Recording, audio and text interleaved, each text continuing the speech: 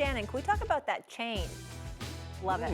Love the chain. You know, I don't know who hooked that up, but I love it. Stay protected, stay blessed. Molly, I'm right there with you. That's Stephen A. Exactly. You got to get all that bad juju off you. You got to cleanse and rebuke it. I feel you, Shannon. Jeff Saturday here in studio with me. Great to have you, sir. And Stephen A. I knew today was a special day when I saw a little sparkle on the pinstripe. Ooh, okay. A little something. A little something extra for the NBA season. Somebody got to bring it. Somebody got to bring it. It wasn't going to be Shay today. It wasn't going to be Shannon Sharpe. It wasn't going to be him today. Not today. It's about the I NBA. will be in attendance. I will be in attendance for LeBron James and Bronny James tonight. That is an absolute must. Absolutely, ladies and gentlemen, that'll be his only damn appearance for the year. You understand what I'm saying? He knows this is what he does. Let me get there while they 0-0, and then if struggle happens, all of a sudden there's an APB out across the country. Everybody looking for Shannon. Yeah. That's how it's gonna be. But to Shannon's point, seriously, and Jeff, you would know this, having kids, being a professional athlete along with Shannon. Talk about dreams realized. Getting to play a game with their son, unbelievable that they made that happen. All right, guys, October might be the best time in sports. Let's roll. Lamar Jackson is making a strong case for MVP after a 5 TD performance. Yes, I said 5. On Monday Night Football in a 41-31 win over Baker Mayfield and the Bucs, Jackson off to one of the best starts of his career, quarterbacking the NFL's #1 offense, putting up numbers that would surpass those from last season when he was named MVP. If Jackson wins the award this year, he would become the youngest 3-time NFL MVP, but that's not the history that's on his mind. I'm chasing something right now, so each and every game is going to be the same thing for me. Like, I'm going to be the same person. Every game I'm trying to win. I don't even worry about the old year, like years prior. You know, I'm focused on right now. And us just being 5-2 don't really matter. We just trying to be 1-0 each and every week we out there on that field. We're just going to keep approaching every week, 1 week at a time, 1 game at a time, 1 play at a time, because that's what he's doing. You know, and he's doing it at a high level. You know, and I'm proud of him. I'm happy for him. He's a great leader. And he's a great player. But we got a game next week against the Browns, and we got to bring our best, and that's what he's thinking about. Yeah, I think he'll be fine against the Browns. After the big performance last night, Jackson has overtaken Patrick Mahomes as favorite to win MVP on ESPN Bet. Jackson is plus 275, while Mahomes is 5-1. Jared Goff, Josh Allen are next at plus 65. Shay, starting with you. Should Lamar be MVP frontrunner? Yeah. If you look at his numbers, he's 15 touchdown passes, Jeff, and 2 interceptions. Last season alone, he only had 24 touchdown passing. He has 15 in 7 games. In his MVP season, his unanimous MVP season, he had 36 passing touchdowns and 6 INTs. He's ahead of that pace.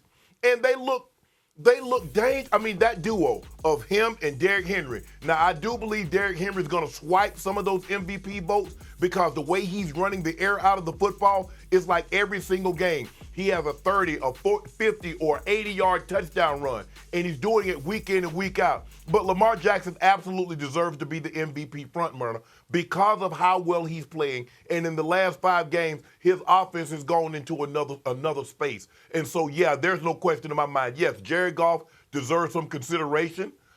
Baker Mayfield prior to last night when he had those 2 horrible interceptions. But right now, Lamar Jackson, if the season ended today, Lamar Jackson would be the MVP.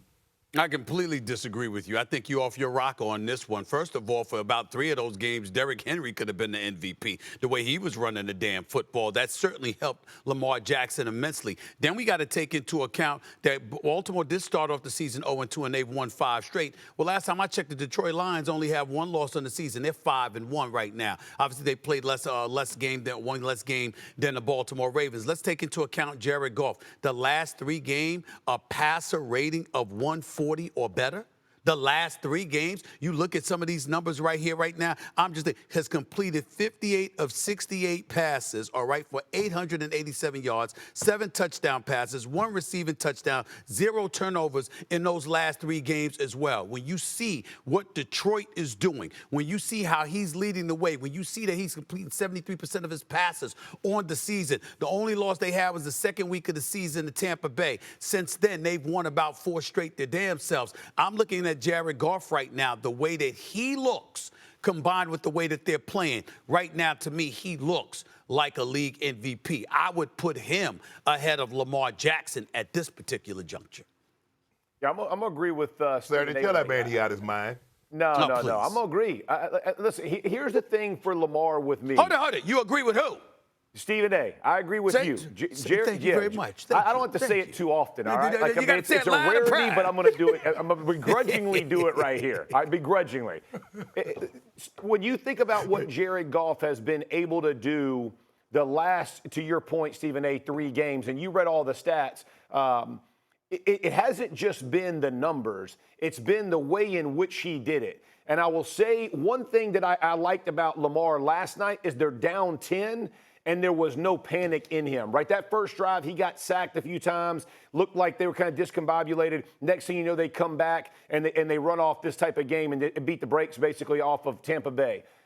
Jared Goff continues to do that week in and week out. Last week against the Vikings, you saw the control he had, the way he ran the last drive in particular.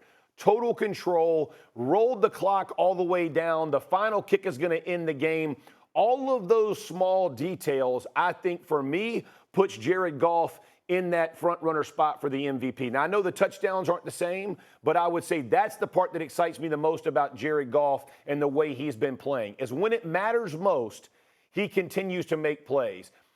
The other side of Lamar argument, I would say for you, though, Shannon, the one thing I say is different this year for me than the years past. Last year, I wasn't a huge fan of him winning it. I'm just being real. I said it all the way through the year.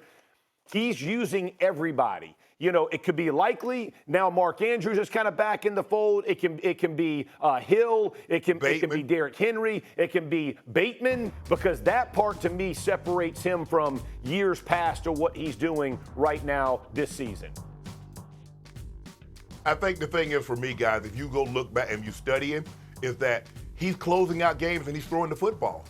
Years past, they would ask him to rely on his legs, and he would run a boot, he'd run a keeper, and he still can do that because we see him against the Cowboys close out the game. But look at what on the road in Cincinnati, down 2 scores. He says, nah, don't worry about it, guys. I got you. And when they need him to make a play with his arm, because they got that big guy in the backfield, it's hard. If you can't stop Derrick Henry with a light box, it's going to be very, very difficult for you to beat the Ravens, because they have guys that can beat man coverage and can get open, and he's doing an unbelievable job of throwing the football. So as long as you can't stop Derrick Henry, and look at him. He's like, hey, I'm going to bypass you because I know you're not finna touch him 24. I'm going to get on down the field to Antoine Winfield Jr. and see if I can get a block on him. But I think right now, look, both guys, look, Jared Goff is playing unbelievable. He absolutely is. But the team that beat Jared Goff, Lamar Jackson almost had a career day. I said almost. He had 5 touchdowns, had a drop pass, so he could have easily had his many touchdown passes. I mean, Dan, we saw you. We saw you in daylight time the last time the Detroit Lions lost the game, Shannon. I mean, damn, that was weeks ago. Come on, stop that nonsense. That's number one. Who beat him? Who beat him? That ain't the point. You lose Evans and Godwin. I know Godwin was the very end of the game, but you lose Evans. That's a massive loss for Baker Mayfield. So don't just kind of gloss over that part. Well, that's not where I'm going. That ain't got nothing to do with Lamar. But that's not where I'm going, Shannon. Hold on, Shannon. Hold on, Jeff Saturday. Where you that's going? Not where I'm going, Shannon. Here's where I'm going. You look at Jared Goff, all right? Averaging a league-high 11.6 yards under pressure against the Vikings under pressure. This man completed 10 of 11 for 164 yards. They're the only undefeated team in the NFL at that point. Not the only undefeated team, but they're one of the 2 undefeated teams in the NFL at that particular moment in time. The Lions just knocked them off. Last but not least, the Lions have more touchdowns than incompletions over the last 4 games, Shannon.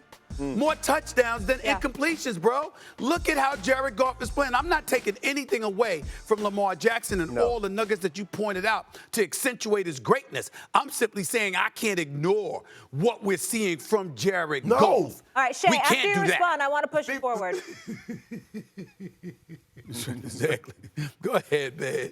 Just crazy. Because hey, Molly, can you understand, can you help Stephen A. understand what front runner means? That doesn't mean he's the clear cut and that there is no chance for anybody. He's just in the catbird seat currently. I'm just saying it should be Goff. I know what it means. I'm just saying it should be Goff. That's all I'm Fellas, saying. there's a lot more football Shannon to be laughing this played. morning in Sin City. Calm down, man. He's coming Let's to go, LA, man. though. He's coming to Shannon see you crazy. guys. Hey, guys, That's but right. seriously, one thing that could obviously hurt Lamar Jackson, as we mentioned, is Derrick Henry. He's been so impressive this season, continued last night. Now, the Cowboys, Stephen A., the Dallas Cowboys had a chance to sign Henry this offseason, but they never even reached out. Jerry Jones found a microphone this morning. I don't know how. And he discussed why the star running back wouldn't be the right fit for the team. Jerry might need a podcast. Yes. Listen up. Derrick Henry is having a career year. I don't know if he'd be having that career year in our situation. And that's really something you really do have to look at, because if he had not had as many carries as our running backs have had, then he certainly probably wouldn't have attained the level of impact he's having. And then he's a real good complement to the type of offense they run. We don't run that type of offense at all. Derrick Henry didn't fit because principally of managing the cap. Yeah, obviously they couldn't Now afford he don't him. fit. Yeah. Now he don't fit because of the type of offense. Floor is yours, Shannon. Floor is yours, Shannon. Shay, you go. Tell me, what are your thoughts Go on ahead, what Jerry bro. just had to say? That's why. It's because you won't give the running backs the carry. You would rather have a three-headed monster that don't eat as opposed to having a beast back there that's going to feast. That's your problem. You see what it is, Stephen A.? Because he paid Dak all that money, he wants the offense to run through Dak. The Baltimore Ravens says, you know what? We believe that we can pay Lamar Jackson and find a way to get Derrick Henry his touches. And Derrick Henry is a guy, he needs touches. He's not a 2 or 3 carry, 5 carry. And no, you saw early in the game, he had 5 carries, 23 yards. And then all of a sudden they tossed it to him in the I formation. Hey, Stephen A., the capital I. Not just put him in the I formation Saturday, put him in the capital I and let him tote the peel. And I heard you say Saturday, he's his own blocker. Hey, this is what you do. Son, we're going to take care of everybody else. You got one guy. You got to make him miss or you run his ass over. It's as simple as that. He made Antoine Winfield Jr. miss, and he went down the sideline for 81 yards. Jerry, stop talking, because the more you talk, the worse this situation gets. Yeah. The more upset with you Cowboys fans get is because they see what he's doing. They see you can't run the football. You make no attempt to run the football because you know you don't have guys that are capable of running the football. The more you talk, Jerry, the worse it's going to get, because everybody's seeing what Derrick Henry is doing. That's really not their offense. They like to have their backs in the offset. Amen. In his own read scheme. They found a situation. They put his heels at 8 yards. They'll either hand it to him or toss it to him, Ricard leading the way. He's trying to justify the unjustifiable. Derrick Henry is religiously recognized as one of the elite running backs in the game of football, and he's a bell cow. He carries the ball. When you put him behind in your backfield, you take pressure off your quarterback and you free him up to be even better than what we anticipate he would be. If anybody needed that assistance, it was going to be somebody like Dak Prescott. At the present moment, let me remind everybody about these Cowboys. Rushing offense, dead last. Yards per rush, dead last. Offensive turnovers, 30th. Red zone offense, 30th. There's no excuse. How could you possibly justify a dude that lives in Dallas in the offseason, works out in Dallas in the offseason, publicly declared he wanted to be a Cowboy, knowing that you have Dak Prescott to pay $60 million to. You got CeeDee Lamb to pay about $34 to $35 million to. And this brother was available for anywhere from $6 to $8 million. And you didn't even talk to him. And then to go out there publicly and trying to explain it's embarrassing. It's embarrassing. And I'm telling you right now, there have been people throughout the years, all of us included at one point in time and another, no matter how much love I have for them, we all said somebody else needs to be running football operations for the Dallas Cowboys. There has never been a sound bite, in my estimation, that has emanated out of the mouth of Jerry Jones that has indicted himself to such a degree that it made you say even more, somebody else needs to be running the franchise. Because to say what he said about Derrick Henry, literally makes him look like he doesn't know football. And I'm not accusing him of not knowing football, because I thought he's put together a damn good rosters for the Dallas Cowboys over the years. Yeah. But this statement and this explanation for Derrick Henry is more indictable against Jerry Jones, more self-inflicting against him than anything that has come out of his mouth. Jeff? Facts. Facts. Man, Jerry Jones just needs to look at his fans or communicate to his fans, I blew it. I didn't do the right thing. Own it and move on. There's nothing I can do. He's now a Baltimore Raven. This is where I have to go. Because when you start saying he doesn't fit in our offense, because Shannon briefly touched on it, let me help you with what that means. The Baltimore Ravens run zone read. That means they put Derrick Henry offset and they're in shotgun. What do the Baltimore Ravens do? No. Lamar, go up under center, take the ball, we'll put heels at 8. We're going to turn around and hand the ball off. You don't think Dak Prescott can go up under center and take the ball from the center and turn and hand it to Derrick Henry? Maybe he don't have the career year. He's going to be a whole lot better than what you got. Here's the other thing. You got 2 rookie offensive linemen on your O-line. You don't think a dude who brings his own blockers makes you a better football team? Again, you are indicting yourself of not understanding simple change in football. You do what your best players do exceptionally well. You don't think Dak Prescott looks really good running play action?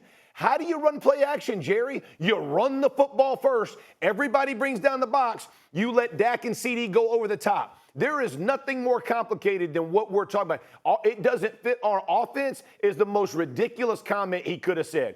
Say you don't want to pay him. Say I blew it. Say a number. But do not talk about he don't fit in an offense. My goodness. By the way, the dude played in Tennessee for years and was always their best player when they didn't even have quarterbacks, y'all. Yeah. And we're talking about he couldn't fit in with Dak Prescott and CeeDee Lamb and Ferguson. My God, that is who fits, Jerry. Good Lord, say I blew it. Stop saying this. All you're doing is digging a deeper hole. It's ridiculous. Shannon, one other thing before you go, Shannon. Right now, Derrick Henry has 873 yards rushing. The entire Dallas Cowboys team has 463. Good gracious.